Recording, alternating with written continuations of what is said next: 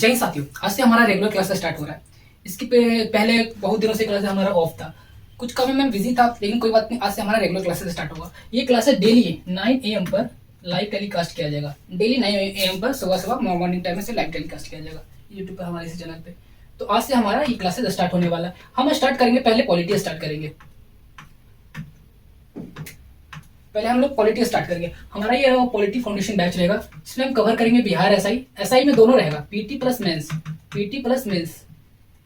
और मैं जीएस का टीचर हूँ, जीएस पढ़ाता हूँ, तो जीएस का ही बात करूंगा, जनरल स्टडीज है ना। जीएस पढ़ाऊंगा, पीटी और मेंस दोनों को ध्यान में रख करके, पीटी प्लस मेंस दोनों। और दोनों होता है एमसीक्यू टाइप का, एमसीक्यू मल्टीपल चॉइस क्वेश्चन होते हैं। जैसे ऑब्जेक्टिव टाइप होता है ना, A B C D option रहते हैं उसमें, तो वैसा पीटी में भी होता है, मेंस में होता है। रही बात बीपीएससी और यूपीएससी, तो इन दोनों का मैं पीटी लेवल का तैयारी करवाऊंगा, पीटी से कवर हो जाएगा आपका। मेंस की बात नहीं कर रहा, क्योंकि मेंस पढ़ाने के लिए बहुत सारे ना टीचर की आवश्यकता पड़ती है। इसमें जो पीटी जाता है, बीपीएससी पीटी और यूपीएससी पीटी, इसमें एमसीक्यू है ना, एमसीक्यू मल्टीपल चॉइस क्वेश्चन रहता है, ऑब्जेक्टिव टाइप क्वेश्चन रहता है। तो आप हल्का सा मेहनत कर लोगे, क्वेश्चन बैंक को समझ लोगे, क्वेश्चन पैटर्न को समझ लोगे, तो आप आराम से क्लियर हो जाएगा। हालांकि जैसे हमारा ये फाउंडेशन बैच है ना, हमारा कोर्स कंप्लीट होगा, जैसे हमारा ये सिलेबस कंप्लीट होगा, तो लास्ट में स्पेशल बिहार दरोगा का पीटी का ना क्वेश्चन बैंक कंप्लीट करवाऊंगा, क्वेश्चन समझाने की कोशिश करवाऊंगा, और बीपीएससी और यूपीएससी पीटी का दोनों का है ना क्वेश्चन बैंक यहाँ पर सोल्व करवाया जाएगा। तो स्टार्ट करते हैं। देखो, आज हमारा रहेगा राज्य व्यवस्था का क्या है। हमारा ये polity as a introduction class रहेगा, एक परिचय क्लास है, इंट्रोडक्शन क्लास रहेगा। राज्य व्यवस्था क्या है और इसका क्या महत्व है, इसकी आवश्यकता क्यों है। इस वीडियो हम लोग दो टॉपिक कवर करेंगे। व्हाट इज पॉलिटी, राज्य व्यवस्था क्या है। पॉलिटी का हिंदी होता है राज्य व्यवस्था। व्हाट इज पॉलिटी और इसकी आवश्यकता क्यों है ना, why do we need polity, हमें और राज्य व्यवस्था की आवश्यकता क्यों पड़ी। तो इसी के लिए हम आज क्लासेस, इंट्रोडक्शन क्लासेस स्टार्ट करेंगे। और देखो, सभी प्रतियोगिता परीक्षाओं के लिए है ना, सभी प्रतियोगिता जितने भी कॉम्पिटिशन एग्जाम होते हैं, जितने भी कॉम्पिटेटिव एग्जाम होते हैं, सारे के लिए विशेष रूप से उपयोगी है। और लेकिन विशेष रूप से बिहार दरोगा हो गया, ऐसा ही सब इंस्पेक्टर, हिंदी मतलब बिहार राज्य में से दरोगा ही बोला जाता है, हिंदी में उप निरीक्षक ना, सब इंस्पेक्टर। तो बिहार दरोगा हो गया, बीपीएससी और यूपीएससी पीटी के लिए। तब इन एग्जाम की तैयारी कर रहे हो है ना, स्पेशली इन एग्जाम की तैयारी कर रहे हो, तो ये क्लासेस आपके लिए बेस्ट रहेगा। लेकिन फिर भी मैं आपको बता दूं, सभी प्रतियोगिता परीक्षाओं के लिए उपयोगी है। लेकिन याद रखना, आपको क्वेश्चन पैटर्न आपको समझ में आना चाहिए। जैसे एसएससी सीजर होगा, ये क्लासेस ग्रेजुएट लेवल का एग्जाम, ऐसा नहीं कि आप जीडी का तैयारी कर रहे हो है ना, या कांस्टेबल की तैयारी कर रहे हो तो आप ये क्लासेस देख रहे हो, ये आप लोगों के लिए नहीं है। कम से कम एटलीस्ट जो ग्रेजुएशन के बाद जो एग्जाम होते हैं, जैसे एसएससी सीजर के बाद है ना, सॉरी ग्रेजुएट के बाद जो एसएससी सीजर का एग्जाम होता है, सीपीयू का एग्जाम होता है ना, असिस्टेंट कमांडेंट का एग्जाम होता है, तो सीएपीएफ का एग्जाम होता है, सीएपीएफ है ना, सेंट्रल आर्म पुलिस फोर्सेस का एग्जाम होता है। तो जो ग्रेजुएशन के बाद एग्जाम होते हैं, वो आप लोग, ये क्लासेस आप लोगों के लिए बेस्ट होगा। तो सभी प्रतियोगिता परीक्षाओं के लिए उपयोगी, जो ग्रेजुएट लेवल का है ना, ग्रेजुएट के बाद जो एग्जाम आप लोग जो देते हैं, कॉम्पिटेटिव एग्जाम देते हैं। तो खैर कोई बात नहीं, अपना क्लास स्टार्ट करते हैं। हमारा टॉपिक यही रहेगा, पॉलिटी एंड इंट्रोडक्शन, राज्य व्यवस्था क्या है। आइए देखते हैं। देखो, मैंने आप लोग का ये पीपीटी पहले से तैयार कर रखा है। पॉलिटी से प्रश्न पूछे गए, मतलब पॉलिटी से कितने प्रश्न पूछे जाते हैं, पॉलिटी का भूमिका क्या है, इससे कितने क्वेश्चन पूछे जाते हैं। अगर ये डाटा एक प्रकार का अंदाजा लग जाएगा कि मान लीजिए 100 क्वेश्चन होते हैं, जैसे बिहार दरोगा पीटी में प्रीलिम्स से 100 क्वेश्चन पूछे जाते हैं, और 100 क्वेश्चन में कितने पॉलिटी से क्वेश्चन आते हैं। देखो, मैं अभी पॉलिटी पढ़ा रहा हूँ, जिस दिन मैं इकोनॉमिक्स का बैच लेकर आऊंगा या साइंस का बैच लेकर आऊंगा, तो उसमें भी बताऊंगा कि साइंस से कितने क्वेश्चन पूछे जाते हैं, हिस्ट्री से कितने क्वेश्चन पूछे जाते हैं। तभी हम पढ़ा रहे पॉलिटी, तो पॉलिटी पर ध्यान दो। देखो, Bihar sub inspector total 100 question होते हैं, 2 घंटा, 4 मतलब आवर घंटा, तो 2 घंटे का वो समय होता है, 100 क्वेश्चन रहते हैं, और हर एक क्वेश्चन का 2 नंबर मिलते हैं। कितने नंबर मिलते हैं, 2 नंबर मिलते हैं। और ये निगेटिव मार्क्स भी होता है, कितना होता है, 0.2 निगेटिव मार्क्स। कलर एक मिनट चेंज कर लेता हूँ मैं, है ना, 0.2 निगेटिव, अर्थात 5 आप गलत करोगे तो 1 नंबर काट लिया जाएगा, 1 नंबर काट लिया जाएगा, मतलब 5 गलती पर 1 नंबर, तो 0.2 निगेटिव होता है। इसी प्रकार बीपीएससी प्रीलिम्स में टोटल 150 क्वेश्चन होते हैं, टोटल 150 क्वेश्चन होता है, हर एक क्वेश्चन का 1 नंबर मिलता है, इसमें भी 2 घंटे का समय मिलता है। रही बात यूपीएससी प्रीलिम्स की, पीटी में प्रीलिम्स ही होता है ना, तो जीएस में 100 क्वेश्चन रहते हैं। इसमें देखो, प्रीलिम्स 2 पार्ट में बटा हुआ था यूपीएससी, एक सी सेट होता है जिसमें मैथ रीजनिंग कॉम्प्रिहेंशन का सवाल रहता है, और दूसरा पेपर जीएस का रहता है, दूसरा पेपर जीएस 2 पेपर। तो इसमें 100 क्वेश्चन रहते हैं और हर क्वेश्चन का 2 नंबर मिलता है, 2 घंटे का एग्जाम होता है। अब देखो 2018, ये देखो फर्स्ट सेटिंग है, देखो 2 पार्ट में बटा हुआ 2018, ये हो गया इस है ना, ये डेट हो गया है ना, 2018 हो गया। एग्जैक्ट डेट यहाँ पर लिखा हुआ नहीं, लेकिन इसमें यहाँ पर लिखा हुआ है ना। तो 2018 में फर्स्ट सेटिंग हो गया, फर्स्ट सेटिंग हो गया, सेकंड सेटिंग। तो फर्स्ट सेटिंग में 11 क्वेश्चन पूछे गए थे, सेकंड सेटिंग में 13 क्वेश्चन पूछे गए। ये बात है 2018 की। 2019 में देखो, फर्स्ट सेटिंग में 11 क्वेश्चन और 12 क्वेश्चन, 21 में 10, 5, 2023 में 8 क्वेश्चन पूछे गए, 24 में जो अभी एग्जाम हुआ था तो 10 क्वेश्चन पूछे गए थे। तो ये हो गया एवरेज, इधर देखो एवरेज लिखा हुआ। तो एवरेज एवरेज अगर माना जाए बिहार दरोगा में पॉलिटी से कितने क्वेश्चन पूछे जाते हैं? 10 क्वेश्चन। एवरेज में बता रहा हूँ, कभी 8 भी हो सकते हैं, कभी 7 भी हो सकते हैं, कभी 11 भी हो सकते हैं। तो एवरेज पकड़ लीजिए 10 क्वेश्चन पूछे जाते हैं। बीपीएससी के प्रीलिम्स में कितने देखो, 63वीं में पूछा गया 12 क्वेश्चन, 64वीं में 13 क्वेश्चन, 65वीं में 8 क्वेश्चन, 10 क्वेश्चन, 9 क्वेश्चन, एवरेज 10 से 12 है ना। बिहार दरोगा बीपीएससी लगभग सेम है, कभी 10 कभी 12, कभी इसमें भी 8 भी पूछे जाते हैं, कभी 9 भी पूछे जाते हैं, लेकिन एवरेज 10 से 12। यूपीएससी के प्रीलिम्स में देखो 2018-19 में पूछे गए थे 13 क्वेश्चन, 20 में 15, 21 में 18, 22 में 16, 23 में 12, 24 में 13। तो इसमें तो 10-12 कंपलसरी, इसमें 12 क्वेश्चन पूछे जाएंगे। एवरेज पकड़ लीजिए 12 क्वेश्चन। और एसएससी में हो गया, जैसे एसएससी में बात कर रहा हूँ ग्रेजुएट लेवल की, सीजीएल या एमटीएस हो गया, जेडीटी नहीं बात कर रहा मैं, सीजीएल, सीपीयू और सीएपीएफ। सीपीएफ देखो, सीपीयू 2 प्रकार के एग्जाम होते हैं, एक दिल्ली एसआई बनता है ना, दिल्ली एसआई का होता है, एक सेंट्रल आर्म पुलिस फोर्सेज जैसे बीएसएफ, सीआर, एससीआईएसएफ। तो इसमें जो है CAPF central arm police forces में जो पैरामिलिट्री को होता है उसमें सब इंस्पेक्टर बना जाता है, और दिल्ली सब इंस्पेक्टर, तो उसके लिए सीपीयू है। तो इसमें जीएस का जो सवाल आते हैं, सीजीएल में 25 आते हैं, सीपीयू में 50 क्वेश्चन आते हैं। मैं जीएस की बात कर रहा हूँ, कंप्लीट जीएस में, उसमें पॉलिटी भी शामिल है। तो आप इसको एक सेकेंड स्क्रीनशॉट लेना चाहते हो तो स्क्रीनशॉट ले लीजिए, 1 मिनट।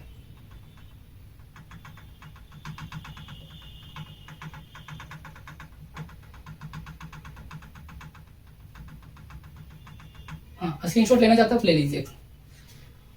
चलो आगे बढ़ते हैं। तो हम लोग का सेशन हम लोग अपना स्टार्ट करते हैं। पॉलिटी क्या, देखो सेशन स्टार्ट करने से पहले मैं आप लोगों को बोलूं, देखो पॉलिटी से रिलेटेड जितने भी टॉपिक्स आएंगे मैं आप लोगों से ही मैं वादा करता हूँ। देखो जीएस में कितने सब्जेक्ट आते हैं? जीएस में हिस्ट्री हो गया, पॉलिटी हो गया, इकोनॉमिक्स हो गया एंड जियोग्राफी हो गया। History, Indian history, world history, geography में इंडियन ज्योग्राफी, वर्ल्ड ज्योग्राफी, ये मैं आपको कंप्लीट करवाऊंगा। लेकिन जैसे जैसे क्लास, अभी देखो पॉलिटी चल रहा है, तो मैं आप लोगों से ये वादा करता हूँ, है ना, एक प्रॉमिस करता हूँ, और मैं ये दावा करता हूँ एक भी ऐसा कोई टॉपिक नहीं रहेगा, ऐसा कोई कॉन्सेप्ट नहीं छूट जाएगा जो आपको समझ नहीं। ये मैं वादा करता हूँ आप लोगों से कि आप इस प्लेटफॉर्म पर आए हो, है ना, कुछ समय यहाँ पर दे रहे हो, तो मेरा ये उम्मीद रहेगा कि आप लोगों को कुछ नया ही मिले यहाँ पर, है ना, कुछ आप लोगों को सीखने को मिले। और मेरे ये अपनी तरफ से पूरा 110% मैं अपनी तरफ से एफर्ट लगाऊंगा कि आपको हर एक कॉन्सेप्ट, हर एक थ्योरी आपको समझ में आए। और मैं आपसे वादा करता हूँ, बस आपको क्या करना है, कॉन्सेंट्रेट माइंड करके, यहाँ पर एकाग्रता माइंड करके, है ना, स्थिर करके, अपने माइंड को स्थिर करके एकाग्रता रूप से यहाँ पर, है ना, क्लास को करना है। और आप कोशिश करिए, जब मोबाइल आप देख लो इस प्रकार से, मोबाइल है इस प्रकार से, अब मोबाइल को हॉरिजॉन्टल कर लीजिए, एक वर्टिकल होता है, एक हॉरिजॉन्टल होता है। अब इस प्रकार से हॉरिजॉन्टल कर लीजिए, इससे क्या होगा, आपको डिस्ट्रैक्शन, जितनी बार शॉर्ट्स रील्स जो होते हैं यूट्यूब पर आते हैं, उसका आपको माइंड से डिस्ट्रैक्शन से बचेगा। तब जब भी आप यूट्यूब पर क्लास करते हो, मेरा ये बात हमेशा दिमाग में बैठा लो, जब भी क्लास करना है तो इस प्रकार से हॉरिजॉन्टल मोड में करना है। वर्टिकल ऐसा होता है, हॉरिजॉन्टल करना है। तो आप इस क्लास को देख रहे हो तो हॉरिजॉन्टल मोड में कर लीजिए, और माइंड को एकाग्रता रूप से कॉन्सेंट्रेट करके आप यहाँ ध्यान दीजिए।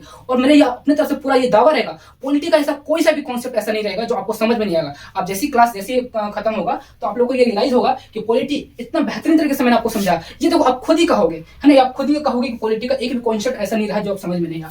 और ये लगभग 7 दिन तक बेसिक क्लासेस चलेगा, है ना, जो कॉन्सेप्ट जो बेसिक है ना, जो शब्दावली, जो वर्ड्स है जो आपको समझ में नहीं आते, जैसे संविधान आप पढ़ोगे, अनुच्छेद पढ़ोगे, तो बहुत सारे ऐसे वर्ड आएंगे जो आपको समझ में नहीं आएगा। तो मेरे 6 से 7 क्लासेस, लगभग 7 क्लासेस रखो, 7 क्लासेस ऐसे रहेंगे जो आपको कॉन्सेप्ट बताए जाएंगे, जो शब्दावली के बारे में बताए जाएंगे, और शब्द के डेफिनेशन के बारे में, परिभाषा के बारे में बताया जाएगा। और सब 7 दिन के बाद मैं स्टार्ट करूंगा संविधान का पहला अनुच्छेद। और जिस दिन मैं पहला अनुच्छेद स्टार्ट करूंगा, आप लोगों को ये रियलाइज होगा कि पूरे यूट्यूब के इतिहास में इस तरह के संविधान किसी ने नहीं पढ़ा है। और मैं गारंटी देता हूँ एक भी ऐसा कॉन्सेप्ट, एक भी ऐसा अनुच्छेद आपको नहीं बचेगा। मैं तो आपको याद नहीं करवाऊंगा, जिस प्रकार से मैं आपको पढ़ाता हूँ, जैसे कि किसी कोई एक चीज है ना, एक परिभाषा है, एक परिभाषा के भी जैसे कि अनेक प्रकार के होते हैं। फॉर एग्जाम्पल जैसे संविधान है, संविधान का परिभाषा होगी, और संविधान कितने प्रकार का होता है, मतलब लिखित संविधान, एक अलिखित संविधान होता है। तो मैं आपको रट्टा नहीं मारने दूंगा, आपको कॉन्सेप्ट्स के माध्यम से मैं पढ़ाऊंगा। और वह ऐसा कॉन्सेप्ट रहेगा जैसे कि प्रयागराज, मुखर्जी नगर जैसे बड़े बड़े शहरों में बताया जाता है ना, निमोनिक सिस्टम से पढ़ाया जाता है। देखो प्रयागराज जाओगे, देखिए इलाहाबाद यूनिवर्सिटी में जाओगे, बीएचयू में जाओगे, वहां पे तो वहां पर एक सिस्टम से पढ़ाया जाता है, निमोनिक सिस्टम से पढ़ाया जाता है। निमोनिक सिस्टम क्या है, देखो वहां पर रट्टा नहीं मारा जाएगा, आपको कॉन्सेप्ट बताया जाएगा, उस कॉन्सेप्ट के माध्यम से आपको पढ़ाया जाएगा। और वे ऐसा कॉन्सेप्ट रहेगा, आपको रट्टा मारने की जरूरत ही नहीं पड़ेगी। बस अब क्लास कीजिए, आपको समझ में आएगा। खैर इन बातों को समझाने तो बीच बीच में समझाते ही रहूंगा। तो आइए एक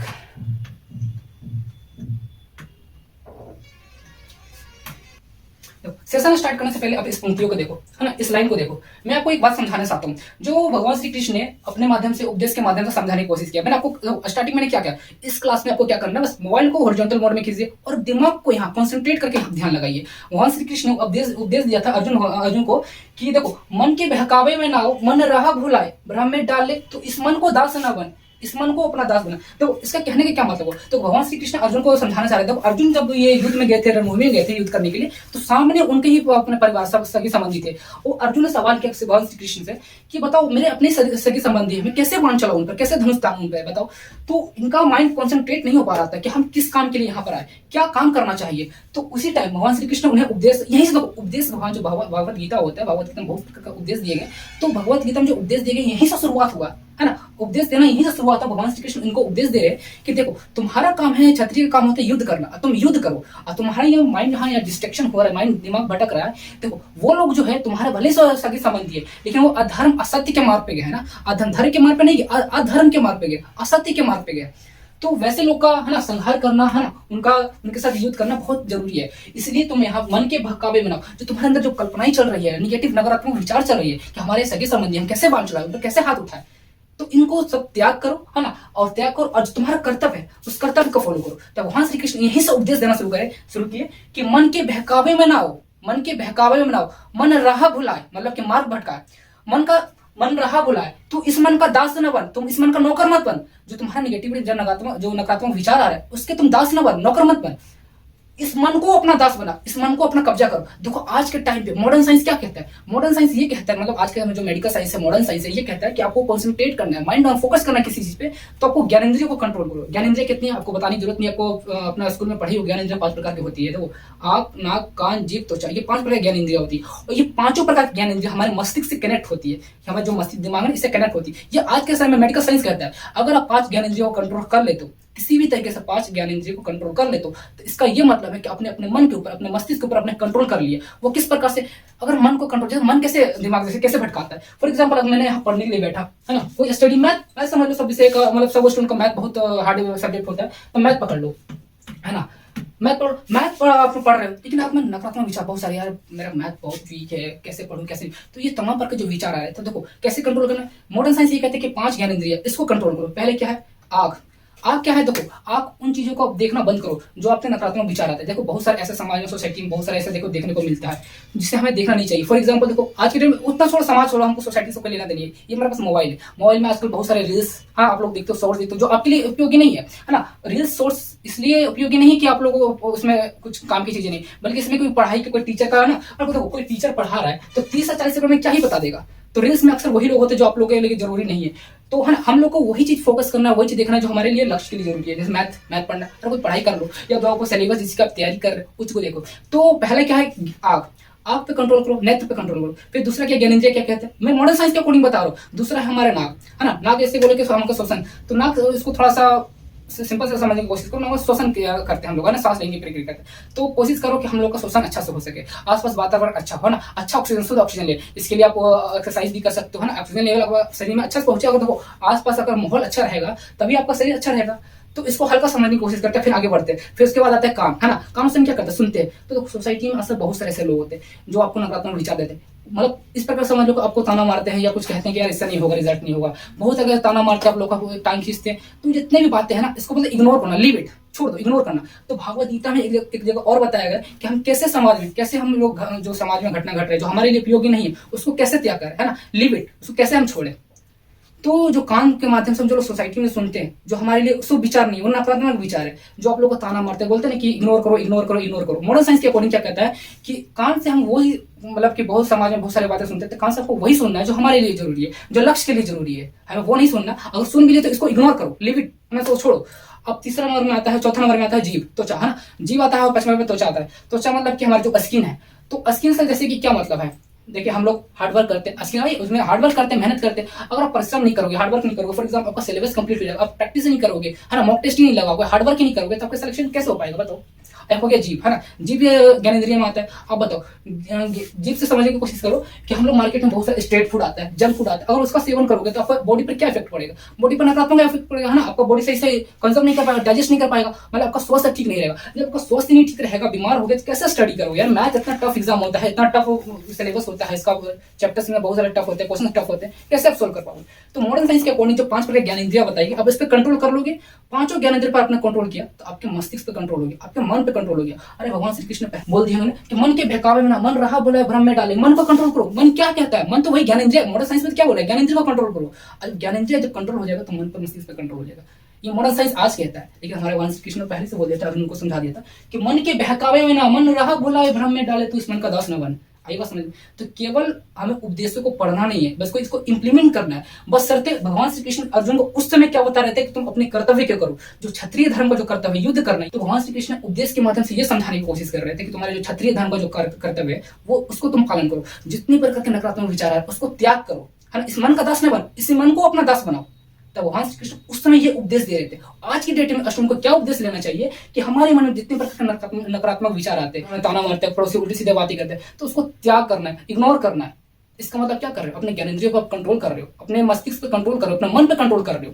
तो स्टूडेंट को यहाँ से ये सीख लेना चाहिए कि हमें अपने मस्तिष्क पर, अपने ज्ञानेंद्रियों पर कंट्रोल करना है, तभी आपका पढ़ाई हो। अगर देखो आपने मस्तिष्क पे कंट्रोल कर लिया, हाँ, अगर आपको दिमाग में चल के मैं पढ़ाई करूंगा, सिलेबस कंप्लीट होगा तो मेरा सिलेक्शन होगा, तो आराम से फोकस कर पाओगे।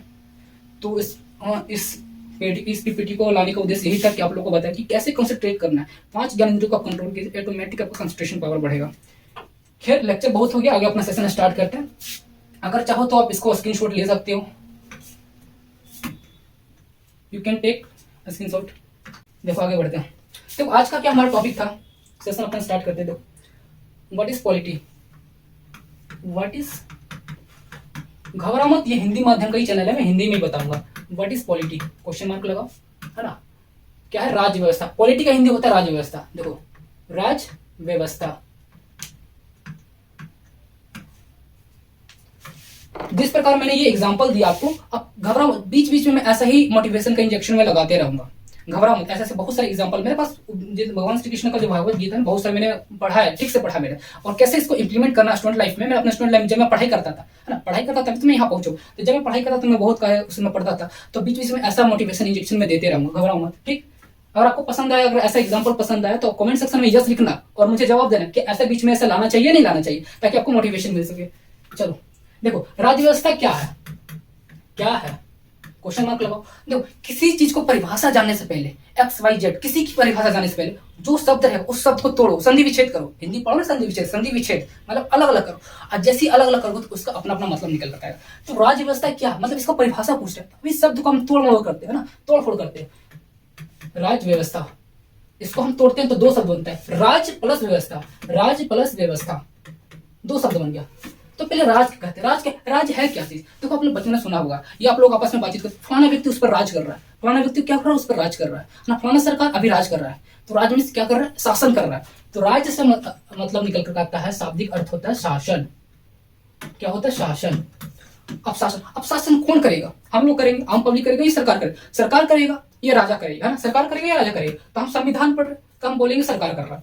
शासन कौन करेगा? सरकार करेगा, सरकार करेगा। ओके, यहां तक फुल स्टॉप लगाओ। अब देखते हैं व्यवस्था क्या है। व्यवस्था क्या, देखो हम अपने सोसाइटी के आसपास देखते हैं, तमाम प्रकार की व्यवस्थाओं के बारे में देखते हैं। इस देश के अंदर तमाम प्रकार की व्यवस्था, जैसे शिक्षा व्यवस्था हो गया, प्रशासन व्यवस्था हो गया, न्यायिक व्यवस्था हो गया। तो ये तमाम प्रकार की व्यवस्था देखते हैं, क्या है व्यवस्था ही तो है। देखो शिक्षा व्यवस्था हो गया, शिक्षा व्यवस्था हो गया, प्रशासन व्यवस्था हो गया, प्रशासन व्यवस्था हो गया, और क्या, न्यायिक व्यवस्था हो गया, और जैसे विधायिका हो गया, ये भी व्यवस्था भी आता है, विधायिका हो गया, कार्यपालिका हो गया, कार्यपालिका हो गया, न्यायपालिका हो गया, न्यायपालिका हो गया। ये तमाम प्रकार की व्यवस्था। अब आपको समझ में आ गया। देखो राज का मतलब हो गया शासन करना, शासन करना। शासन कौन करेगा? सरकार करेगा।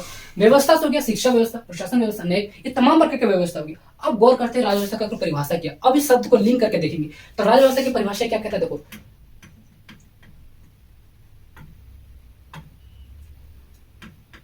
राज्य संचालन, राज्य व्यवस्था मतलब राज्य के अंदर व्यवस्था, संचालन, संचालन हेतु, हेतु मतलब हेतु मीन्स के लिए एक संविधान की आवश्यकता पड़ती है। एक संविधान की आवश्यकता पड़ती है, एक संविधान की आवश्यकता पड़ती है। संविधान में नियम कानून होते हैं, और बिना नियम कानून के कैसे व्यवस्था लागू कर सकते हो? नियम कानून होगा तभी ना व्यवस्था लागू करो। जैसे प्रशासन व्यवस्था, अब प्रशासन व्यवस्था जैसे कि कैसे लागू करोगे? जब उसमें उस देश के अंदर कोई संविधान होगा, कोई नियम कानून होगा, उसी नियम कानून के तहत आप प्रशासन व्यवस्था लागू कर सकते हो ना। तो ठीक उसी प्रकार राज्य व्यवस्था चलाने के लिए, संचालन के लिए एक संविधान की आवश्यकता होती है, आवश्यकता पड़ती है, जिनके सहारे सरकार इस संविधान के सहारे, इस संविधान के सहारे राज्य व्यवस्था संचालन हेतु एक संविधान की आवश्यकता पड़ती है। सरकार इसी संविधान के सहारे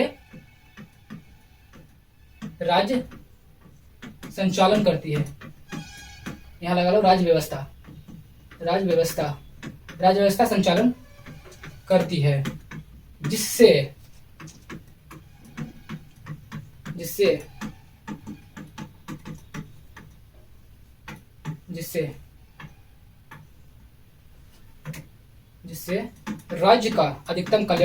राज्य का अधिकतम कल्याण हो सके,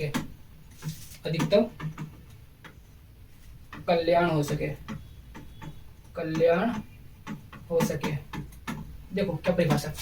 राज्य व्यवस्था किसे कहते हैं, पहले हम लोग को थोड़ा, राज्य का मतलब हो गया शासन, व्यवस्था हो गया तमाम प्रकार की व्यवस्था। अब परिभाषा देखिए कि राज्य व्यवस्था संचालन के लिए एक संविधान की आवश्यकता पड़ती है, एक संविधान मतलब नियम कानून, एक नियम कानून की आवश्यकता पड़ती है। सरकार इसी संविधान के सहारे राज्य व्यवस्था का संचालन करती है, जिससे राज्य का अधिकतम कल्याण हो सके। कल्याण मीन्स सामाजिक एवं आर्थिक कल्याण हो सके। अब देखो ऐसा संविधान बना दिया गया और सरकार उसको इंप्लीमेंट भी कर रही है, लागू भी कर रही है, और लागू करके वहां की व्यवस्था को भी कायम कर रही है। लेकिन पता चलता है उससे लोगों का कल्याण ही नहीं होता है, लोगों को कुछ भला ही नहीं होता है। तो क्या बताओ, क्या वो संविधान जैसा संविधान बनाया गया है ना, उससे लोगों का कल्याण ही नहीं हो रहा, तो क्या ये बता एक प्रकार का व्यर्थ हुआ कि नहीं हुआ।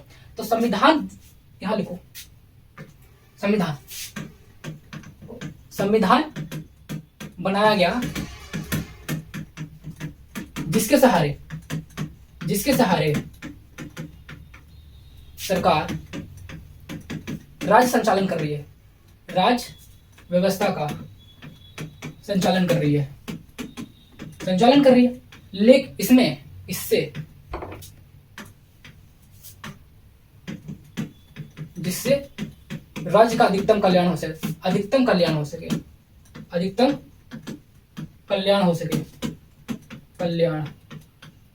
देखो मैंने शॉर्ट में लिखा, संविधान बनाया गया जिसके सहारे सरकार राज्य व्यवस्था का संचालन कर रही है और राज्य का अधिकतम कल्याण हो सके, जिससे राज्य का अधिकतम कल्याण हो सके। अब देखो राज्य का अधिकतम कल्याण भी हो सके, अगर ऐसा संविधान बनाया गया जिससे राज्य का कल्याण ही नहीं हो रहा, वहां लोगों का भलाई नहीं हो रहा है ना, उसका नहीं आर्थिक विकास हो रहा है, नहीं सामाजिक विकास हो रहा है, तो ऐसा संविधान जिससे लोगों का कल्याण न हो सके, तो ऐसा संविधान व्यर्थ माना जाएगा। क्या माना जाएगा? व्यर्थ माना जाएगा। अर्थात संविधान लोक कल्याण हेतु लोक कल्याण के लिए होता है।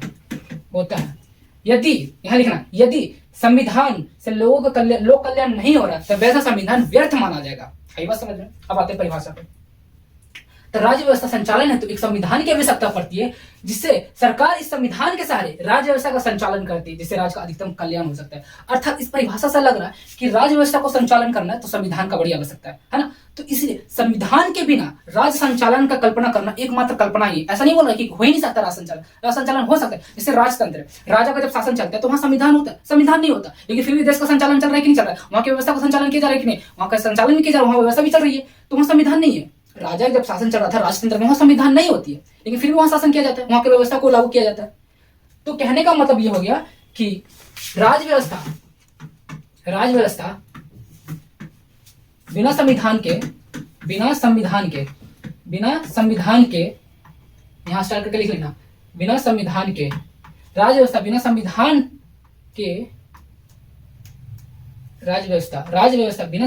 के संचालन हो सके, केवल कल्पना ही है। देखो पढ़ के मैं सुनाता हूं।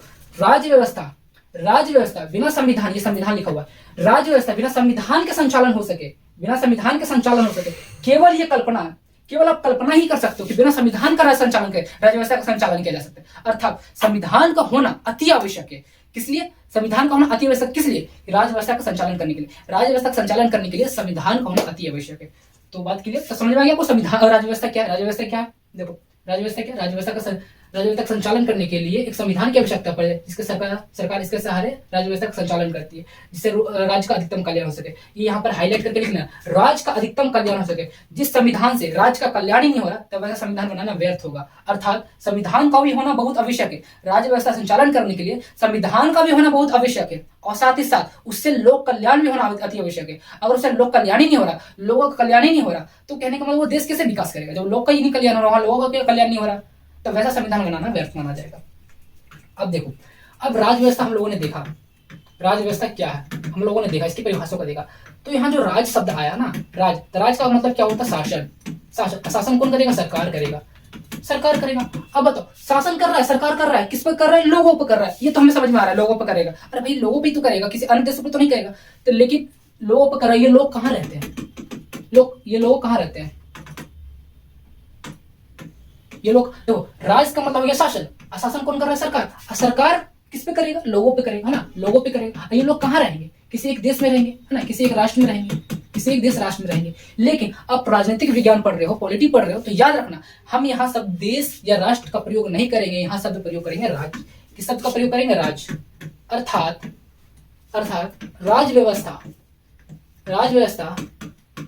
है ना, राज्य व्यवस्था संचालन करने के लिए संविधान की आवश्यकता पड़ती है। और संविधान में, है ना, लोगों के लिए कल्याण से, वो लोग कहाँ रहेंगे? है ना, एक राज्य में रहेंगे, एक देश में रहेंगे। तो यहां से देखो, राज्य व्यवस्था, राज्य से लेकर शासन, शासन कौन करेगा? सरकार करेगा। और सरकार किस पे करेगा? लोगों पे करेंगे। तो लोगों पे करेंगे। अब लोग मतलब वो कहाँ रहेंगे? एक देश के अंदर, एक राष्ट्र के अंदर। और यही देश और राष्ट्र को हम लोग संविधान की भाषा में हम क्या कहेंगे? राज कहेंगे, है ना, राज कहेंगे, स्टेट कहेंगे। अब ये मत समझना कि ये राज, स्टेट, राज्य या स्टेट। स्टेट का मतलब ये मत समझना यूपी बिहार ये सब प्रांत है। यूपी बिहार झारखंड, है ना, पश्चिम बंगाल, ये सब जो प्रांत है। राज्य का जब भी हम राजनीतिक विज्ञान पढ़ेंगे, तो राज्य का मतलब होता है देश। क्या होता है? इसका मतलब देश होता है, कंट्री होता है, ना, देश होता है। तो राज्य, अब देखो, आपने बोल दिया सर ये राज, तो आपने बोल दिया कि राज को हम कंट्री बोलेंगे, लेकिन किस आधार पर कहेंगे? कोई पैमाना तो होना। जिस पर मैंने राज्य व्यवस्था को परिभाषा बताया कि राज्य व्यवस्था किसे कहते हैं, बताओ। राज्य व्यवस्था किस राज्य संचालन के लिए संविधान के अनुसार मैंने परिभाषा बताया, तो इसका कोई पैमाना होना चाहिए, इसका कोई आधार होना चाहिए, जिस आधार पर हमने बोल दिया कंट्री, देश। देश का मतलब समझ में आता है, लेकिन हम लोगों ने तो बचपन में पढ़े थे, राज का मतलब होता है यूपी बिहार झारखंड मध्य प्रदेश पंजाब हरियाणा, ये होता है राज। लेकिन अब बता रहे हो सर राज का मतलब देश होता है, तो कोई पैमाना, कोई आधार तो होना चाहिए ना। जी आधार है, इसकी परिभाषा है। तो राज के 4 तत्व होते हैं, इन्हीं 4 तत्वों के माध्यम से आप कह सकते हो this is country, this is Raj, this is state, है ना, कह सकते हो। तो वो राज के तत्व क्या है? आप लोग, मैं आपको बताऊंगा नहीं, आप लोग खुद कल्पना करोगे, आप लोग का खुद जवाब दोगे कि वो कौन से तत्व होंगे, वो कौन से पॉइंट होंगे जिस आधार पर हम कहेंगे वो राज्य है। आप कल्पना करो, राज्य को मैंने कहा देश, अर्थात राज्य इज इक्वल टू देश, है ना, state is equal to country. अब कोई देश कहलाने के लिए उसके पास क्या क्या क्वालिटी होनी चाहिए? बताओ। मैंने एक कल्पना करा कि फलाना एक देश है ना, युगांडा एक देश है, फॉर एग्जाम्पल युगांडा एक देश है। केवल मैंने कल्पना करी, अब मुझे नहीं पता युगांडा देश है या नहीं है, केवल मैंने कल्पना करी कि युगांडा देश है। अब किस आधार पर ये देश कहलाएगा? अब भाई देश है तो उसका कोई क्षेत्रफल होना चाहिए, एरिया होना चाहिए। अब एरिया ही नहीं रहेगा तो हम कैसे बोलेंगे देश है? मैं बोलूंगा कि फॉर एग्जाम्पल ये जो दिख रहा है ना मेरे हाथ में, ये जो दिख रहा है ये देश है। अब मुझे इसका कोई क्षेत्रफल ही नहीं दिख रहा, तो हम कैसे बोलेंगे देश है? फॉर एग्जाम्पल जैसे मैंने युगांडा का नाम लिया, अब युगांडा देश है तो उसका कोई क्षेत्रफल होगा। तो पहला नंबर में लगाओ कि राज्य कहलाने के लिए क्षेत्रफल होना बहुत आवश्यक है, एरिया, है ना, एरिया।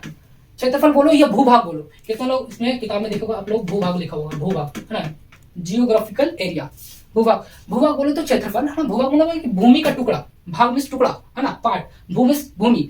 तो सीधा समझो कि क्षेत्रफल होना बहुत जरूरी है, पहला नंबर। अब देखो क्षेत्रफल है, मैंने माना कि युगांडा के देश है, वहां क्षेत्रफल है। अब वहां लोग ही नहीं रहेंगे, कोई जनसंख्या नहीं रहेगा, सारा बंजर भूमि रहेगा, तो हम किस आधार पर बोलेंगे भाई वो देश है? जब वहां लोग ही नहीं रहे, वहां कोई जनसंख्या नहीं है, तो अर्थात क्षेत्रफल के साथ साथ जनसंख्या होना बहुत जरूरी है। देखो मैं यहाँ रट्टा नहीं मरवा रहा हूँ, मैंने क्या बोला था कि पॉलिटी में एक ऐसा कोई से भी कॉन्सेप्ट नहीं बचेगा जो मैं आपको रट्टा मरवा करके आपको याद कर लूंगा, नहीं। मैं यहाँ कॉन्सेप्चुअल पढ़ाई पढ़ा रहा हूँ, है ना, कॉन्सेप्ट के माध्यम, निमोनिक सिस्टम जैसे होता है, प्रयागराज में निमोनिक सिस्टम चलता है, वैसा ही सिस्टम यहाँ पढ़ाऊंगा। आपको रट्टा नहीं मारने दूंगा, मैं आपको समझाऊंगा कि किस आधार पर मैं पूरा व्याख्या, किस आधार पर हम राज कहेंगे, पूरा कॉन्सेप्ट बताऊंगा आपको। तो पहले नंबर युगांडा का देश है, क्षेत्रफल होना, बिना क्षेत्रफल को तो देश कहलाएगा नहीं। और दूसरा नंबर वहाँ जनसंख्या रहना बहुत जरूरी है। तो दूसरा नंबर जनसंख्या, पॉपुलेशन, जनसंख्या। चलो मैंने मान लिया जनसंख्या, क्या हो गया? जनसंख्या। अब भाई तीसरा क्या जरूरी है? अब वहां सोचो, क्षेत्रफल हो गया, जनसंख्या हो गया, अब वो क्या रहना चाहिए? अब देखो क्षेत्रफल भी है, जनसंख्या भी है, लेकिन वहां कोई संविधान, कोई कानून, कोई शासन व्यवस्था, कोई सरकार नहीं है। अब क्या होगा? फॉर एग्जाम्पल ये क्षेत्रफल है, इस तरीके से युगांडा का क्षेत्रफल है, मुझे पता नहीं है युगांडा कैसे, मान लीजिए युगांडा का क्षेत्रफल, कुछ लोग यहाँ रह रहे हैं, कुछ लोग यहाँ रह रहे हैं। अभी ये व्यक्ति इतना में क्षेत्रफल है और एक व्यक्ति का क्षेत्रफल इतना, लेकिन इसके पास शक्ति ज्यादा है ना, मतलब ये चाहेगा कि मेरा ये क्षेत्रफल मेरा हो जाए। अब बताओ, यहाँ कोई व्यवस्था नहीं है, कोई प्रशासन व्यवस्था नहीं है, तो क्या होगा ना, आपस में लड़ाई झगड़ा चलते रहेगा ना, आपस में लोग लड़ते रहेंगे। सिस्टम ही नहीं है यहाँ पर, संविधान ही नहीं है, तो आपस में लोग लड़ते रहेंगे। तो कहने का मतलब यहाँ लोगों का कल्याण नहीं हो पाएगा, उस देश का विकास नहीं हो पाएगा। अर्थात वहाँ संविधान का होना बहुत आवश्यक है। और संविधान कौन पालन करेगा, कौन लागू करेगा, कौन उसको इम्प्लीमेंट करेगा? सरकार। अर्थात वहाँ गवर्नमेंट रहना बहुत जरूरी है, सरकार का रहना बहुत जरूरी है, सरकार रहना बहुत जरूरी है। चलिए सर, अपने आप 3 चीज बता दिया, क्षेत्रफल होगा, जनसंख्या होगा, और उसको इम्प्लीमेंट चलाने के लिए, वहां की व्यवस्था काम करने के लिए, शासन व्यवस्था चलाने के लिए सरकार को होना बहुत जरूरी है। अब चौथी चीज क्या होनी चाहिए, मैं आपको एग्जांपल दूंगा। सरकार है वहां पर, लेकिन कोई डिसीजन लेने के लिए, मैंने कोई कानून बनाया, अब कानून को इम्प्लीमेंट करना है, लागू करना है, उस व्यवस्था को लागू करना है। अब हमें हमसे परमिशन, अब उसे युगांडा की जो सरकार है, अब उसे परमिशन लेना पड़ेगा अमेरिका की सरकार को कि बताइए सर, हम ऐसा कोई कानून बना, उसको इम्प्लीमेंट करना है। अगर वो इम्प्लीमेंट करेगा, है ना, अपने मन से इम्प्लीमेंट लागू करना, अगर वो अपने मन से सरकार कोई नियम लागू करेगा, तो अमेरिका का जो प्रेसिडेंट है वहां से आएंगे, बोले कि तुमने ऐसा कानून क्यों बनाया, है ना, पब्लिक के लिए ऐसे कानून क्यों बनाया। अब उस पर आपके दबाव हम बनाएंगे और उस बात को नहीं मानेंगे, है ना, अमेरिका की बात को नहीं मानेंगे ये, तो अमेरिका वाले क्या करेंगे, अपने मिलिट्री को भेजेंगे और इस पर दबाव बनाने की कोशिश करेंगे। तो कहने का मतलब सरकार के पास आंतरिक निर्णय लेने के लिए उनके पास स्वतंत्रता होनी चाहिए, फ्रीडम होनी चाहिए, किसी प्रकार का आंतरिक दबाव भी नहीं होना चाहिए। ऐसा नहीं कि हमने कुछ कानून बनाया और इम्प्लीमेंट किया और यहाँ एक राजा बैठा हुआ है, अब राजा बोला कि हमारे जितना भी हमारा एरिया, हमारे क्षेत्र में इस प्रकार का कानून नहीं लागू हुआ। इसी प्रकार जैसे मैंने बताया था युगांडा, तो युगांडा में जैसे कि सरकार ने सभी राज्यों के लिए, युगांडा की सरकार ने सभी राज्यों के लिए एक ऐसा कानून बनाया, ऐसे का, अब वो कानून सब पर लागू होना चाहिए। लेकिन वहां कोई एक राज्य बोल रहा है कि ये कानून हमारे राज्य में, हमारे क्षेत्र में नहीं लागू होगा।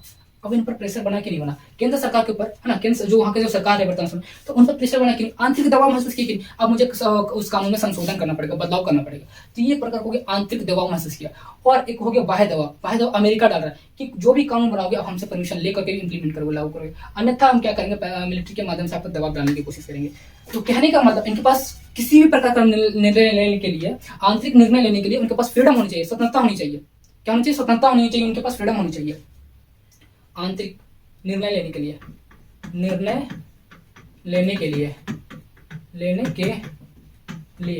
स्वतंत्रता होनी चाहिए उनके पास, स्वतंत्रता होनी चाहिए, फ्रीडम होनी चाहिए। किसी भी प्रकार से बाह्य और आंतरिक दबाव महसूस नहीं करना चाहिए। अब इसको एक शब्द में लिखो, अब मैं बोलूंगा इसको एक शब्दों में लिखो, निर्णय लेने के लिए उनके पास स्वतंत्रता होनी चाहिए। किस प्रकार का निर्णय लेने के लिए? तो कोई भी कानून को इम्प्लीमेंट करना, तो नहीं तो उनको बाह्य दबाव महसूस करना चाहिए, नहीं तो आंतरिक दबाव महसूस करना चाहिए। अगर वो आंतरिक दबाव महसूस कर रहा है या बाह्य दबाव महसूस कर रहा है, तो उनके पास फ्रीडम नहीं है, उनके पास स्वतंत्रता नहीं है। तो अर्थात कहने का मतलब चौथा हमारा पॉइंट हो जाएगा, इसको एक शब्द में अगर मैं बताऊं तो हो जाएगा संप्रभुता।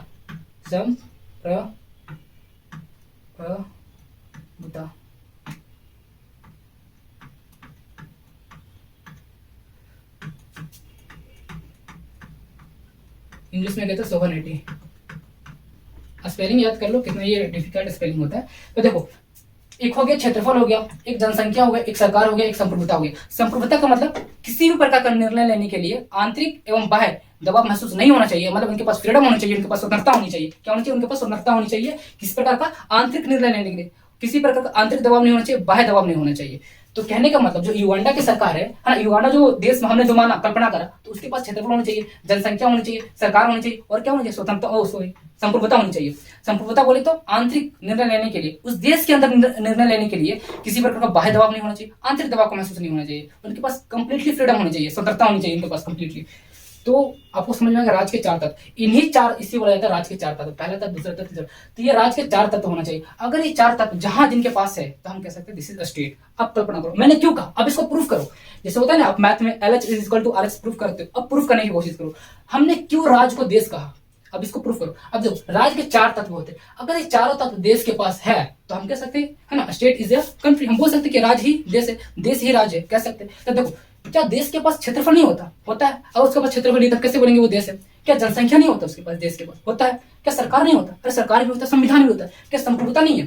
संप्रभुता भी होता है, सोवरेनिटी होता है। अब बाद में कोई ऐसा श्रेणी है, जैसे पाकिस्तान ऐसा है ना, पाकिस्तान एक देश है, अब वो किसी भी परमिशन लेने के लिए अपने अब्बा से परमिशन लेगा। अब्बा बोले तो चाइना भी हो सकता है और अमेरिका भी हो सकता है। तो उसके पास कंप्लीट संप्रभुता है, लेकिन कंप्लीटली संप्रभुता नहीं है, क्योंकि उसने तमाम प्रकार के लोन ले रखे हैं और लोन को नहीं चुकाएगा तो कोई इंप्लीमेंट करने के लिए कोई भी बाह्य दबाव तो महसूस होगा ही होगा। तो ये अपने किसी प्रकार कुछ ऐसा है ना, मतलब कि जो अंतर्राष्ट्रीय लेवल का किसी प्रकार का निर्णय लेने के लिए वो अपने अब्बा से परमिशन लेना पड़ता है उसे। तो उसके पास कंप्लीटली परमिशन संप्रभुता नहीं है, सॉवरेनिटी नहीं है। तो कुछ अपवाद देश छोड़ करके बोला जाए तो लगभग उनके पास संप्रभुता भी होता है। तो इस आधार पर प्रूफ हो गया है ना, LHS is equal to RH। Proof हुआ कि नहीं हुआ? देखो मैं पॉलिटी में भी मैथ का फॉर्मूला ला रहा हूँ, LH is equal to RHS।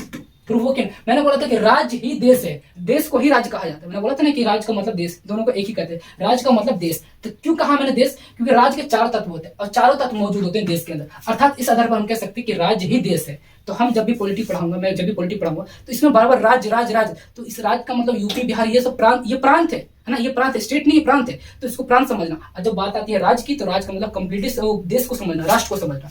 यहाँ तक कॉन्सेप्ट क्लियर, समझ में आ गया सारी चीज? तो ये आप नोट करके लिख लो इस प्रकार से। देखो आप इस प्रकार से लिखिए राज्य के तत्व, अपने नोट्स में बनाइए राज्य के तत्व।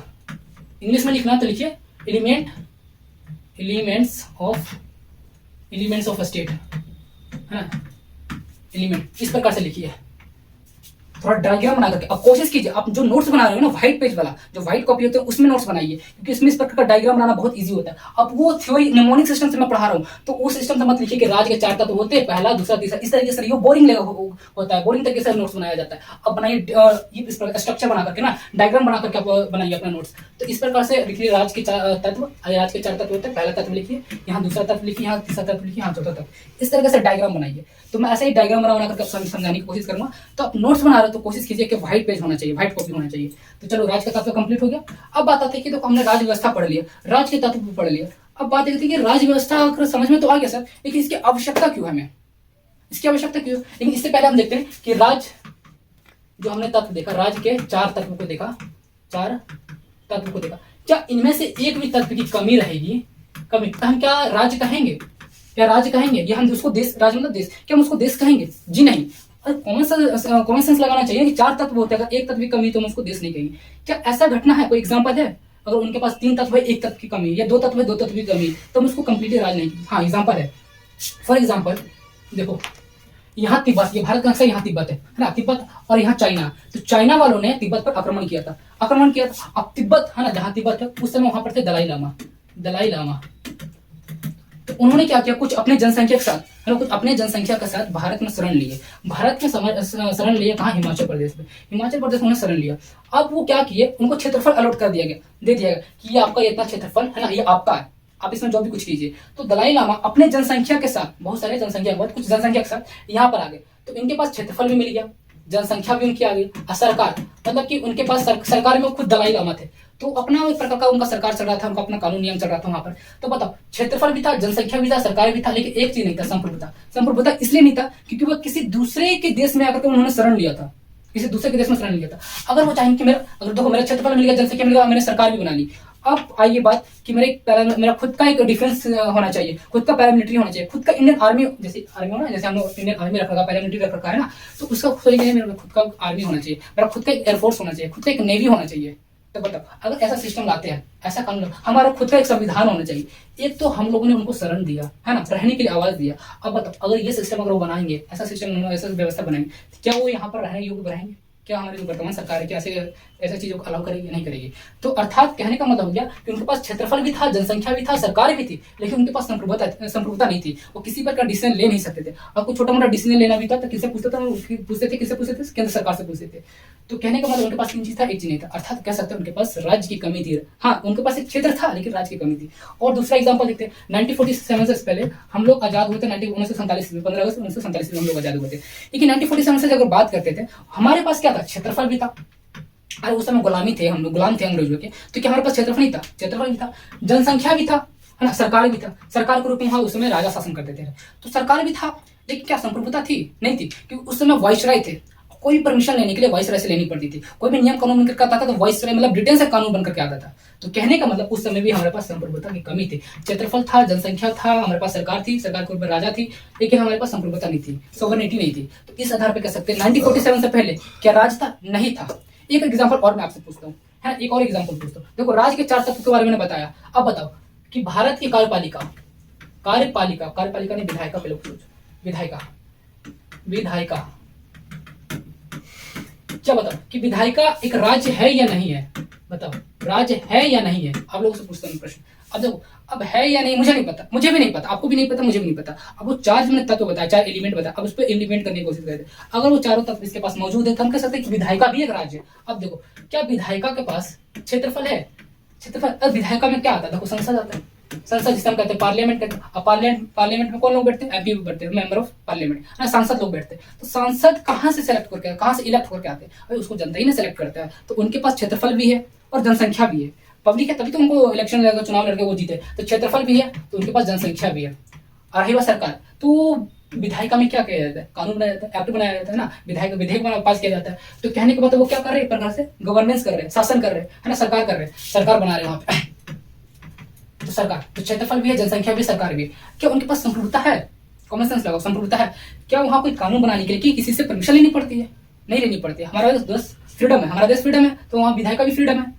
तो उनके पास सभी प्रकार की स्वतंत्रता है आंतरिक निर्णय लेने के लिए, या किसी प्रकार बाहर दबाव महसूस नहीं करते, नहीं तो आंतरिक दबाव महसूस करते। तो अर्थात इनके पास संप्रभुता भी है, सॉवरेनिटी भी है इनके पास। तो हम इस आधार पर कह सकते हैं कि विधायिका भी एक राज्य है। इसी प्रकार कार्यपालिका भी एक प्रकार का राज्य है, न्यायपालिका भी एक प्रकार का राज्य है, बीसीसीआई भी एक प्रकार, मतलब कहने के बाद जिसके पास चारों तत्व मौजूद है, जिसके पास चारों तत्व मौजूद है, वो एक क्या है? राज्य है। देश भले हो या ना हो, लेकिन वो एक राज्य है। लेकिन बात आती है, क्या वो एक देश है? क्या वो एक देश राज्य हो सकता है? हाँ, देश एक राज्य हो सकता है। और जब भी मैं पॉलिटिक्स पढ़ाऊंगा तो राज्य राज्य राज्य, तो इसका मतलब क्या समझना? देश। अब बात आती है, मैंने आपसे पूछा था क्या हम लोगों ने पढ़ा राज्य व्यवस्था क्या, राज्य के तत्व क्या। अब बात आती है कि राज्य व्यवस्था की हम आवश्यकता क्यों? सर आपने बहुत सर दर्द कर दिया, राज्य व्यवस्था, राज्य व्यवस्था। अगर इसका हम इंपोर्टेंट कहाँ सर, इसका महत्व क्या है, इसकी आवश्यकता कहाँ पड़ती है? राज्य व्यवस्था, राज्य व्यवस्था की आवश्यकता, आवश्यकता क्यों है? राज्य व्यवस्था की आवश्यकता क्यों है? Why do we need polity?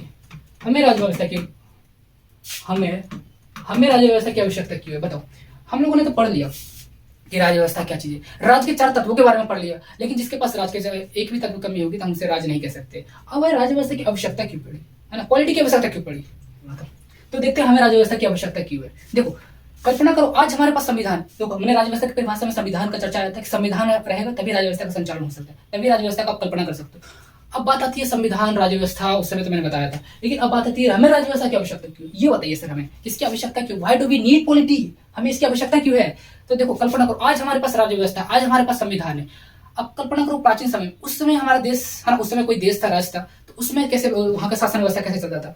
तो आज से पहले राजतंत्र चला करता था, राजतंत्र, है ना, राजतंत्र। आज से पहले प्राचीन काल की अगर हम बात करें तो उसमें राजा का शासन चला करता था। राजा का शासन चला क्योंकि उसमें संविधान नहीं था, तो उसमें राजा का शासन चला करता था। कहने का मतलब राजा शासन कर रहा है। अगर राजा का अगर आयु खत्म होने वाला है तो उसका वंशाणु, है ना, उसका जो उत्तराधिकारी है, राजा का बेटा राजा, राजा का बेटा, तो उस तरीके से राजा का शासन चला करता था, जिसे हम बोलते हैं राजतंत्र। तो बहुत सारे इतिहासकारों ने, जो राजनीतिक विज्ञान के, राजनीतिक शास्त्र के जो विद्वान लोग हैं, तो उन्होंने जब पता किया तो आज से प्राचीन काल के समय उसमें संविधान नाम का कोई चीज थी नहीं, उसमें राजतंत्र चला करता था। कैसा करता था? राजतंत्र चला करता था, राजा का शासन चला करता था। देखो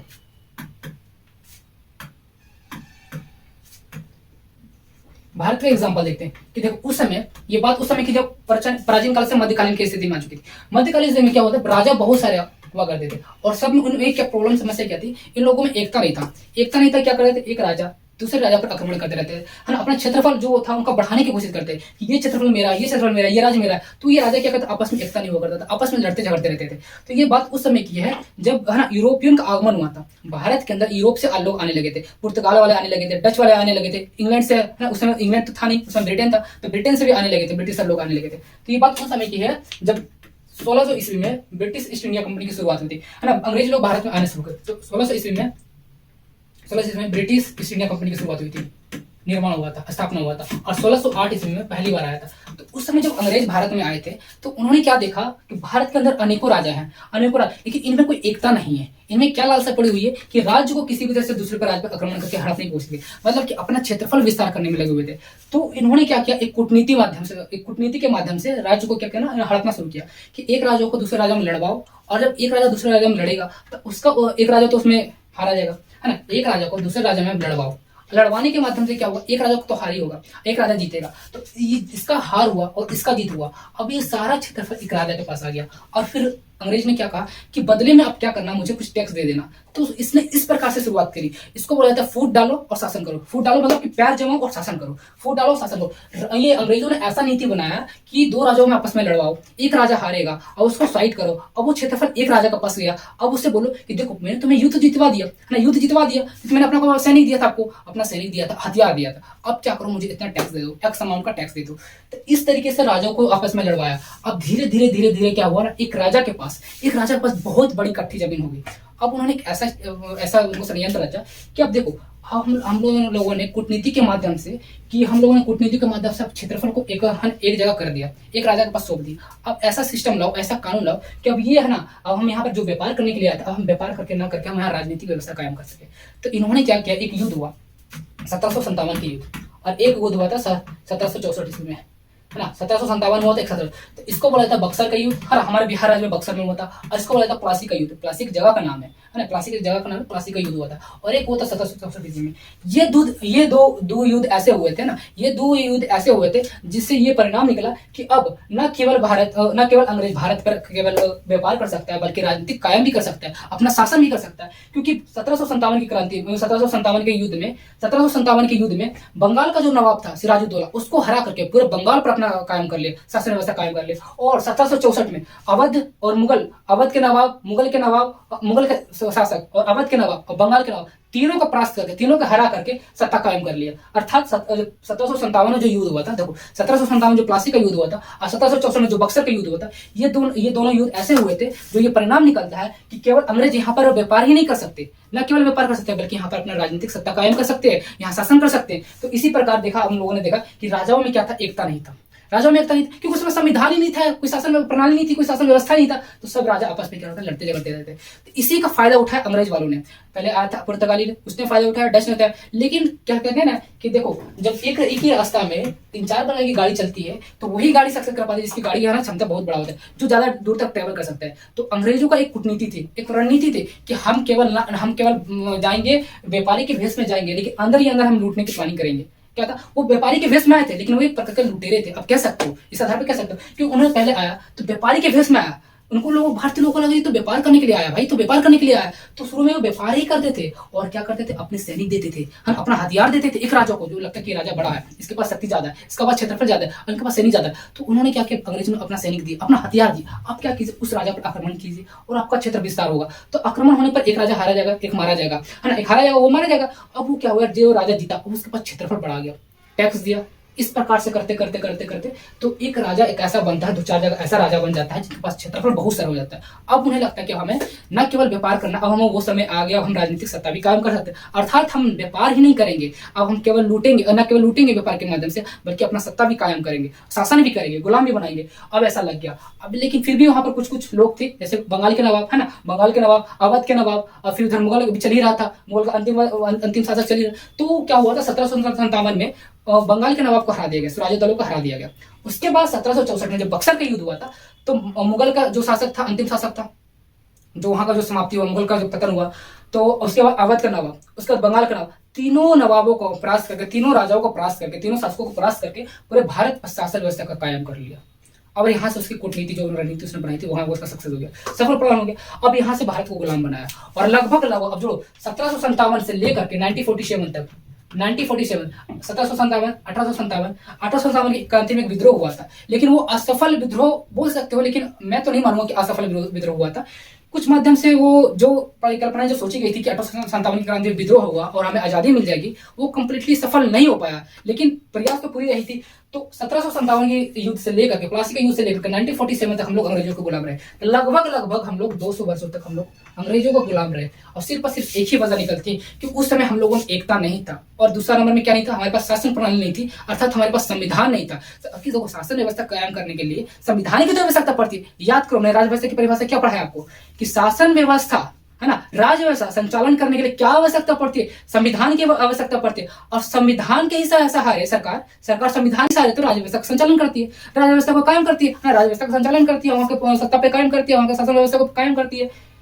तो इसी प्रकार उस समय हमारा राज्य व्यवस्था जो उस समय हमारे जब अंग्रेज जिस समय आ रहा था, है ना, जो बात है 1600 ईस्वी की बात है, 1608 में जब भारत का पहला अंग्रेज आया था, कि उस समय हमारे पास क्या संविधान था? उसमें संविधान नहीं था, राज्यों में एकता भी नहीं था। जब देखो संविधान ही नहीं था, हमारे पास शासन प्रणाली सिस्टम ही नहीं था, तो हम कैसे एकता रह पाएंगे?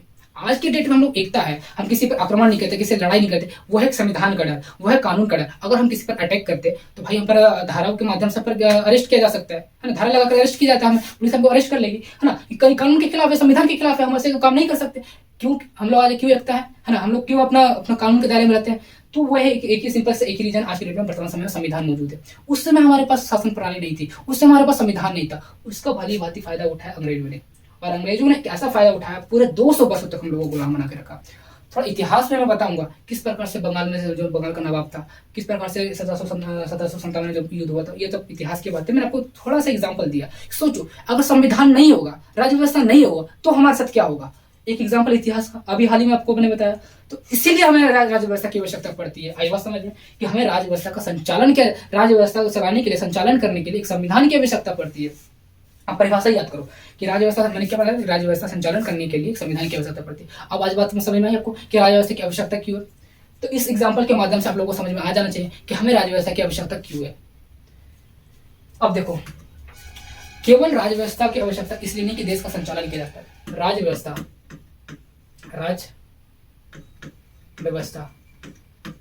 की आवश्यकता न केवल संचालन हेतु बल्कि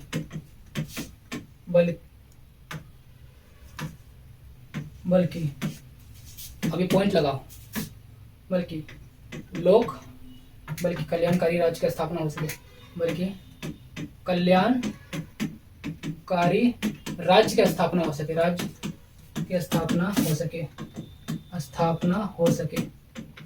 सके। दूसरा पॉइंट लिखो, सामाजिक एवं आर्थिक विकास हो सके, आर्थिक विकास हो सके। तीसरा नंबर, आंतरिक एवं बाह्य सुरक्षा हो सके, आंतरिक एवं बाह्य सुरक्षा हो सके। देखो, राज्य व्यवस्था की आवश्यकता न केवल संचालन के लिए होता है ना, देश संचालन के लिए केवल नहीं होता है, बल्कि कल्याणकारी राज्य की भी स्थापना होता है, सामाजिक एवं आर्थिक विकास भी होता है, आंतरिक एवं बाह्य सुरक्षा भी होता है। अब बारी बारी को समझते हैं ये कल्याणकारी राज्य क्या। देखो, आज के भी डेट में बहुत सारे से जो पिछड़े जाति है ना, पिछड़ी जनजाति है, और जो अल्पसंख्यक समुदाय हो गया, और बहुत सारे स्त्री लोग हो गया ना, तो इन तमाम लोगों के लिए ना एक आरक्षण बनाया जाता है। संविधान इन लोगों के लिए आरक्षण, रिजर्वेशन देता है, आरक्षण देता है रिजर्वेशन। तो इन लोगों को छूट दिया जाता है ना, आरक्षण दिया जाता है। किन के लोगों के लिए? पिछड़ी जाति के लिए, पिछड़ी जनजाति के लिए, है ना, अल्पसंख्यक समुदायों के लिए। तो इनके लिए आरक्षण दिया जाता है, ताकि ये लोग आरक्षण दिया जाएगा, है ना, रिजर्वेशन दिया जाएगा, ताकि जो वंचित है ना आज के डेट में, है ना, आज के डेट में जहाँ जिस लेवल तक हम लोग का जो समाज जा चुका है, और जो वंचित लोग हैं, पिछड़ी जाति है, पिछड़ी जनजाति है, जो वंचित है, पिछड़े, ताकि इनको आरक्षण दिया जाए, और आरक्षण देने के माध्यम से अगर छूट दिया जा रहा है, ताकि ये लोग बराबर आपस में आ सके। इसी को बोला जाता है इक्वालिटी, है ना, इक्वालिटी, समता का अधिकार, है ना, सबको बराबर का अधिकार, समता का अधिकार, है ना, मतलब कि रिजर्वेशन दे करके, आरक्षण दे करके जो लोग वंचित है उनको आरक्षण दे करके दिया जाए, तो वो लोग जो ऊपर जा चुके उनके बराबर लेवल में आ सके, है ना। तो इन लोगों के लिए आरक्षण दिया जाता है। किन लोगों के लिए? पिछड़े जाति के लिए, पिछड़े जनजाति के लिए, और जो अल्पसंख्यक समुदाय, तो इन लोगों के लिए आरक्षण दिया जाता है। इन्हीं को बोला हुआ है कल्याणकारी राज्य, वेलफेयर स्टेट, इंग्लिश में बोला जाता है वेलफेयर स्टेट। तो कल्याणकारी राज्य की स्थापना हो सके, इसलिए नहीं कि राज्य व्यवस्था को हमने लागू किया ताकि देश का संचालन हो सके ना, राज्य का संचालन हो सके, इसलिए नहीं, इसलिए भी कि कल्याणकारी राज्य का भी स्थापना हो सके। जो लोग पिछड़े जाति है ना, पिछड़े जनजाति, अल्पसंख्यक समुदाय, उन लोग का भी उत्थान हो सके, है ना, उन लोग आरक्षण देकर के वो लोग वंचित, है ना, जो वंचित हो सके वो लोग अपना भी उत्थान वाला उच्च लेवल में आ सके। तो इसलिए कल्याणकारी राज्य की स्थापना की आवश्यकता है। इसके बाद सेकंड पॉइंट देखते हैं, सामाजिक एवं आर्थिक विकास हो सके। सामाजिक रूप से, है ना, सामाजिक रूप से, आर्थिक रूप से जो लोग पिछड़े जाए, है ना, बहुत लोगों को ऐसे लोग भी हैं जिनको सालाना है ना, सालाना 1 लाख रुपए भी कम है। बहुत सारे ऐसे लोग जो 1 लाख रुपए से भी कम है। अब 1 लाख देखो 12 महीना होता है, एक साल में 12 महीना, अब 1 लाख है तो कितने मंथली सैलरी होगी? अंदाजा लगा लो वैरायटी 96, तो 8,000 महीना। बहुत सारे ऐसे लोग भी हैं जो 1 लाख रुपए सालाना भी इनकम नहीं है, तो आर्थिक रूप से बहुत पिछड़े हैं। तो उन लोगों के लिए सामाजिक एवं आर्थिक विकास हो सके, तो इन लोगों के लिए रिजर्वेशन दिया जाता है, उन लोगों के लिए स्पेशल एक नियम कानून बनाया जाता है ताकि उन लोगों के लिए भलाई हो सके। सामाजिक एवं आर्थिक विकास, फॉर एग्जाम्पल देखो, हम बहुत सारे ऐसे स्कीम लाए जाते हैं, बहुत सारे ऐसे नीतियां बनाए जाते हैं, बहुत सारे ऐसे नियम कानून बनाए जा सकते हैं जो केवल उन लोगों के लिए जो सामाजिक एवं आर्थिक रूप से, मतलब आर्थिक रूप से जो पिछड़े हैं, आर्थिक और सामाजिक रूप से जो पिछड़े हैं, तो उन लोगों के लिए ऐसा नियम कानून बनाया जा सकता है। फिर मैं इसको स्कीम के रूप में ना, भारत की नीतियां, भारत सरकार की नीतियां है ना, भारत सरकार की नीतियां, भारत सरकार की योजनाएं, जब मैं इकोनॉमिक्स में पढ़ाऊंगा तब मैं वहां पढ़ाऊंगा कि भारत सरकार की क्या नीतियां, किस प्रकार की योजनाएं आती है, किस प्रकार की जिस प्रकार से सामाजिक एवं आर्थिक लोगों का कल्याण से, जो सामाजिक रूप से, आर्थिक रूप से पिछड़ जाती है, पिछड़ जन जाती है, तो उन लोगों का कल्याण कैसे हो सके, वो लोग कैसे ऊपर लेवल आ सके, तो उन लोगों के लिए भारत सरकार क्या करती है ना, भारत सरकार उन लोगों के लिए अलग से नीति नियम कानून बनाती है, नए नए प्रकार की योजनाएं लाती है, नए प्रकार के नए कानून लाती है, तो नए कानून आती है, नई योजना लाती है, किसके लिए, सामाजिक एवं आर्थिक विकास के लिए। अब आते हैं बात आंतरिक सुरक्षा एवं बाह्य सुरक्षा। अब देखो, भारत देश है तो आंतरिक सुरक्षा एवं बाह्य सुरक्षा हो सके, इसके लिए भी राज्य व्यवस्था बनाई जाती है। तो राज्य व्यवस्था में इसकी भी चर्चा होती है ताकि आंतरिक सुरक्षा हो सके, बाह्य सुरक्षा हो सके। अब आंतरिक सुरक्षा कैसे हो सके, देखो मैं बताता हूँ। देखो, कोई नक्सलवाद होते हैं, आतंकवाद होते हैं, भारत के अंदर बहुत सारे टेररिस्ट होते हैं, आतंकवाद होते हैं जो आतंकवादी फैलाते हैं, तो इन लोगों के लिए है ना, निपटाने के लिए भारत सरकार क्या करती है, एक संस्था बनाती है ना, एक पुलिस के माध्यम से, प्रशासन व्यवस्था के माध्यम से है ना, आंतरिक सुरक्षा बना रहे है ना, आंतरिक सुरक्षा हो सके, इसलिए प्रशासन व्यवस्था बनाती है। और प्रशासन व्यवस्था में देखो, स्टेट पुलिस आ गई है ना, राज्य की पुलिस आ गई, इसके अलावा हो गए देखो सीआरपीएफ के जवान हो गए, स्टेट पुलिस हो गए, तो बहुत प्रकार के, और ये हो गया ट्रैफिक पुलिस हो गए, तो ये स्टेट पुलिस पे ही आ जाते हैं। तो प्रशासन व्यवस्था बनाई जाती है ना, प्रशासन व्यवस्था की बनाई जाती है ताकि भारत के अंदर आंतरिक सुरक्षा हो सके। अब आती बाह्य सुरक्षा। देखो, अगर हम बाह्य सुरक्षा पर नहीं ध्यान देंगे तो पाकिस्तान है, उधर चाइना है, अगर पाकिस्तान चाइना अगर आक्रमण किया, अगर हम लोगों ने बाह्य सुरक्षा नहीं बनाया तो ये भी दिक्कत वाली बात है। तब बाह्य सुरक्षा के लिए हमारी इंडियन पैरामिलिट्री है, हाँ, इंडियन पैरामिलिट्री है और इंडियन मिलिट्री है। इंडियन मिलिट्री हो गया, इंडियन पैरामिलिट्री हो गया। तो इंडियन पैरामिलिट्री में क्या क्या आ गया, देखो, ऐसा बीएसएफ हो गया, बीएसएफ के जवान हो गया, और इसके अलावा एसएसबी हो गया, आईटीबीपी हो गया।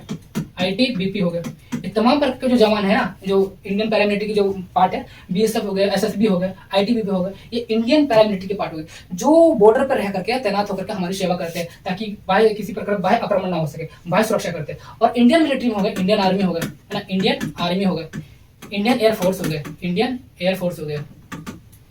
नेवी हो गई, ये आर्मी हो गई, इंडियन एयरफोर्स हो गई, इंडियन नेवी हो गई। तो ये इंडियन मिलिट्री है, तो ये क्या करते हैं, बाह्य सुरक्षा करते हैं ताकि बाह्य किसी प्रकार आक्रमण हो। इसके अलावा अन्य एजेंसियां हैं, है ना, अन्य एजेंसियां, ये तो हो गया, देखो देश के ये हो गया प्रशासन व्यवस्था, देश के अंदर हो गया। ये पैरामिलिट्री हो गई, है ना, ये बॉर्डर पर तैनात रहती है, और इंडियन मिलिट्री ये भी बॉर्डर पर तैनात रहती है, लेकिन ये स्पेशल फोर्सेज रहती है। तो हो गया, ये हो गया बाह्य सुरक्षा के लिए। इसके अलावा अन्य एजेंसियां होती है जो हमारे भारत के आंतरिक सुरक्षा और बाह्य सुरक्षा की कायम बनाए रखती है। फॉर एग्जाम्पल जैसे एनआई हो गया, है ना, एनआईए हो गया, एनआई के बाद सीबीआई हो गया, सीआईडी हो गया, एनटीआरओ हो गया, ईडी हो गया, एक्साइज डिपार्टमेंट हो गया, एनआई नेशनल इंटेलिजेंस एजेंसी हो गया, सेंट्रल ब्यूरो ऑफ इन्वेस्टिगेशन हो गया, क्रिमिनल इन्वेस्टिगेशन ऑफ डिपार्टमेंट हो गया, एनटीआरओ हो गया, ईडी हो गया, एक्साइज डिपार्टमेंट हो गया। ये तमाम प्रकार के जो एजेंसियां है ना, ये तमाम प्रकार के जो एजेंसियां हो गई, तो ये क्या करती है, एक हो गया रो एजेंसी, है ना, एक रो हो गया, एक आईबी हो गया, इंटेलिजेंस ब्यूरो हो गया, एक रो हो गया। ये तमाम प्रकार की जो एजेंसियां है, एक नारकोटिक्स ब्यूरो हो गया, है ना, नारकोटिक्स ब्यूरो। तो ये तमाम प्रकार के जितने भी एजेंसियां, ये क्या करती है, भारत के अंदर और भारत के बाहर दोनों प्रकार की एजेंसियों जो होती है, दोनों प्रकार के बाह्य सुरक्षा, आंतरिक सुरक्षा भी, बाह्य सुरक्षा भी, दोनों को ये ध्यान देती है, दोनों के लिए काम करती है। तो ये हमारे इंडियन एजेंसीज में आ गए। तो टॉपिक समझ में आ गया। यहाँ पर आपको मैंने क्या बताया था कि कल्याणकारी राज्य, है ना, जो आर्थिक रूप से भी, सामाजिक एवं आर्थिक, कल्याणकारी राज्य क्या कहता है, जो जिनको आरक्षण दिया जाता है, जो समाज में जनजाति, जो पिछड़ जनजाति हो गए और जो अल्पसंख्यक समुदाय जो समाज से वंचित है, तो उनको रिजर्वेशन देकर के बराबर लाने की कोशिश करती है ताकि उन लोगों का भी कल्याण हो सके। तो कल्याणकारी राज्य हो गया। सामाजिक एवं आर्थिक विकास, जिनका जो आर्थिक रूप से जो पिछड़े है ना, पिछड़े जाति है या पिछड़े जो जनजाति है, तो उन लोग का भी कल्याण। सामाजिक एवं आर्थिक विकास, जो आर्थिक रूप से पिछड़े हैं, उन लोग का भी कल्याण हो सके। आंतरिक एवं बाह्य सुरक्षा, देश के अंदर और देश के बाहर तो सुरक्षा बनाने के लिए तमाम प्रकार की एजेंसियां होती है, तमाम प्रकार के पार्ट होते हैं। इंडियन मिलिट्री हो गया, इंडियन पैरामिलिट्री हो गई, प्रशासन व्यवस्था हो गया, तमाम प्रकार की जो आंतरिक सुरक्षा और बाह्य सुरक्षा बनाने के लिए लोग अपने काम पर लगे हुए थे। इसके अलावा अन्य एजेंसियां भी होती है, मैंने आपको बता दिया। तो आप लोगों को इसका स्क्रीनशॉट लेना है, आप ले सकते हो, कोई बात नहीं। देखो, राज्य की आवश्यक न केवल संचालन हेतु होते हैं बल्कि कल्याणकारी राज्य, अब इसको हाईलाइट करके लिख लो, नोट्स में केवल आपको इतना ही लिखना। मैंने तो एक एग्जांपल बताया, राज्य की आवश्यकता न केवल संचालन हेतु बल्कि कल्याणकारी राज्य, सामाजिक एवं आर्थिक विकास हो सके और आंतरिक एवं बाह्य सुरक्षा हो सके, इसलिए हमें राज्य व्यवस्था की आवश्यकता होती है। आई बात समझे। और दूसरी बात, हम जिस प्रकार से ब्रिटिश के हम उपनिवेश थे, गुलाम थे, अगर संविधान हमारे पास रहेगा, राज्य व्यवस्था आज हमारे पास है, हमारे पास शासन व्यवस्था है, तो न केवल इन स्तर पर, बल्कि हम जिस प्रकार देखे थे 1600 ईस्वी में ब्रिटिश ईस्ट इंडिया कंपनी की तरह, है ना, किस प्रकार से भारत में व्यापार करने के लिए और अपनी कूटनीति के माध्यम से भारत को गुलाम बनाया, उसमें हमारे पास शासन व्यवस्था ही नहीं था, हमारे पास संविधान ही था, किसी प्रकार का राज्य व्यवस्था, शासन प्रणाली नहीं थी। तो आई बात समझ, इसलिए हमें राज्य व्यवस्था की आवश्यकता होती है। तो आज आप लोगों ने देखा कि राज्य व्यवस्था क्या है, राज्य के तत्व क्या है, किस आधार पर हमने बोला कि राज्य ही देश है, प्रूफ किया कि नहीं। इधर मैंने बताया कि राज्य के 4 तत्व होते हैं, अगर ये चारों तत्व देश के पास है तो हम बोलेंगे कि राज्य इज इक्वल टू कंट्री, राज्य इज इक्वल टू, है ना, देश, राज्य ही देश है। तो हमने देखा राज्य व्यवस्था क्या है ना, राज्य के तत्व क्या है, और इसके बाद देखा कि राज्य व्यवस्था की आवश्यकता क्यों है, हमें क्यों इसकी आवश्यकता है। तो आज हमारा ये पॉइंट कंप्लीट हुआ। कल हम लोग देखेंगे संविधान क्या है, कल हम लोग पढ़ने वाले संविधान के बारे में, संविधान क्या है, संविधान क्या है और संविधान का महत्व क्या, और संविधान कितने प्रकार के होते हैं, और भारत में कौन सा संविधान है, संविधान के प्रकार है तो भारत में कौन सा संविधान है। तो आज तक इतना ही, मिलते हैं कल के नेक्स्ट वीडियो में, तब तक के लिए इतना ही। जय हिंद।